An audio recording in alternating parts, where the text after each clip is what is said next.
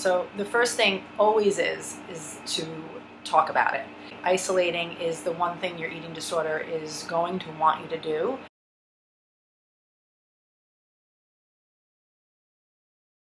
Relapse really happens when multiple slips happen.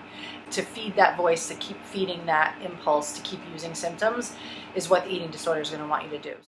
When you're in recovery, you need a treatment team to educate you and to keep you accountable. And that's why it's really important to have a specialist for eating disorders so they can point out when you're acting in your eating disorder, not even necessarily using symptoms, but doing things that Ed would maybe want you to do.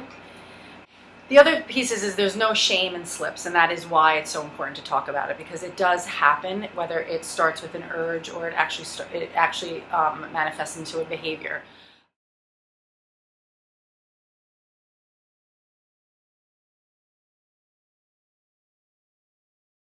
In retrospect, I saw my slip coming. One of the first things I did after my slip was try to approach all the things that were stressing me out. And that's such a hard thing to do because it's very overwhelming, especially if you've been avoiding it for some time. So I drew myself a plate and I used my colorful markers.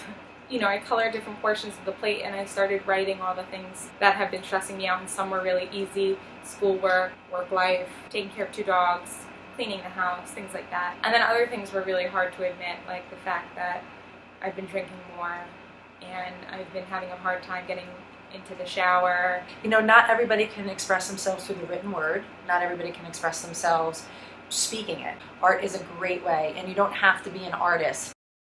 As I wrote all those things down, all those feelings, all those emotions, all those tasks, I realized my plate is literally overflowing.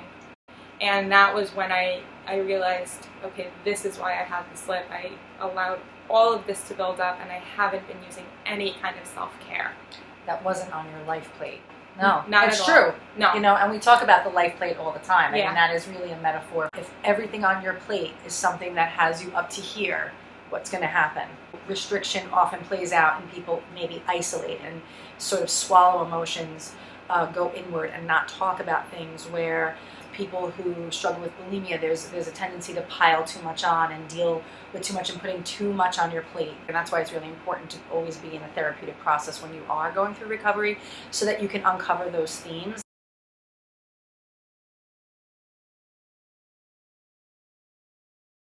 You always have to approach your uncomfortable emotions, because the eating disorder is really good at avoiding those emotions. Why are these urges coming up? Why am I having these thoughts? What do I need to do? What worked? What used to work before?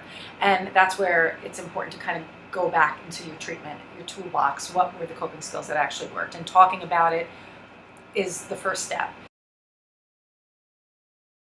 Those are things like body preoccupation, food preoccupation, fear of weight gain, negative self-talk, things like that. When the plate is full, it's going to be harder to just push away those thoughts.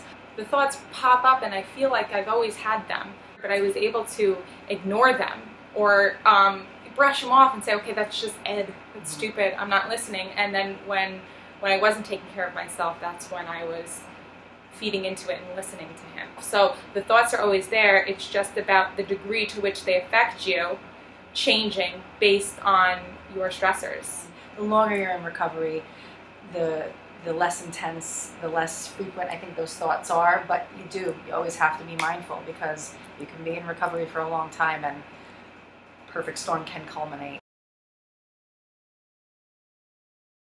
I didn't feel like I can lessen the stress at work, and I didn't feel like I could, manage what was going on in my household, and just everything seemed so out of control. What's scarier?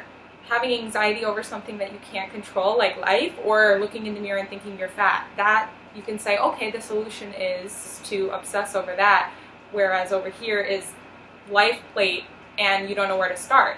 In retrospect, you didn't get rid of any of your stressors, you just added another problem. Those are the pieces that you want to step back and reflect on, and that will help you figure out why you may have had the slip, so that moving forward you can work on coping skills so that it doesn't happen again. What happens you know, when we just are living our lives and, you know, you get caught up in the daily stressors of things and you end up in a situation where there's been a slip or relapse, is you do have to go back to what you know, what was working, what worked before. And sometimes that really does require short-term intention, making sure that you're intentionally present. It's almost like playing the piano. If you're a piano player and you just become a natural at it, you just play the keys. But the minute you make a mistake, you got to pause and you have to think about the music and you start playing again. You're listening to the tune and you are diligent and you're intentional. It's like driving too. It's like driving too. Absolutely. If you're zoning out and then all of a sudden, like, you know, an animal runs in front of you, you're going to catch yourself, and you have to be intentional about putting both hands on the wheel. Getting back into recovery is putting both hands back on the wheel. You know, even though during my stress builds up, I have been walking my dogs, but I haven't always been there wanting to get through the walk as quickly as I can to get home to do something else. And now I am intentionally there with my dogs, and they're becoming a source of self-care. I spoke about not wanting to get into the shower. I brought shower products and nice smelling soaps and things that will motivate me to want to spend time on my body and on myself, and approaching that aspect of myself as well. I might not be able to lessen the stressors in my life, but every time I feel that knot of anxiety, instead of shoving it down and ignoring it, I take out my journal and I start just writing. It doesn't even have to be a lot. It can be a sentence or two. What is it that I'm feeling?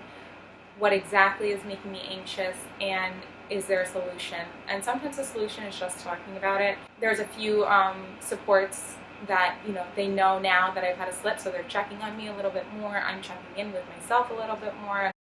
And it may require you to go back to being more intentional with your meals just for a period of time until you get back into a rhythm, making sure that you're diligent about when you eat, how you eat. I'm going back to my treatment meal plans.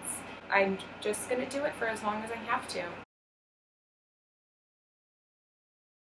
Once you've identified that you've slipped or you've relapsed, it's important to talk about it, as we said. Absolutely bring it up in your therapy, bring it up to your nutritionist. It's important for your treatment team to know what's going on so that they can help you navigate through that process. If you're not in a therapeutic process, it might be helpful to return even for a few sessions, or to rely on the people in your life that you've recruited to be your support. But if you've fallen backwards and you've had a couple of times where you've slipped and it's turned into a relapse, it's probably a good idea to go back to what you know. As scary as it is, there's no shame in slipping, there's no shame in the relapse.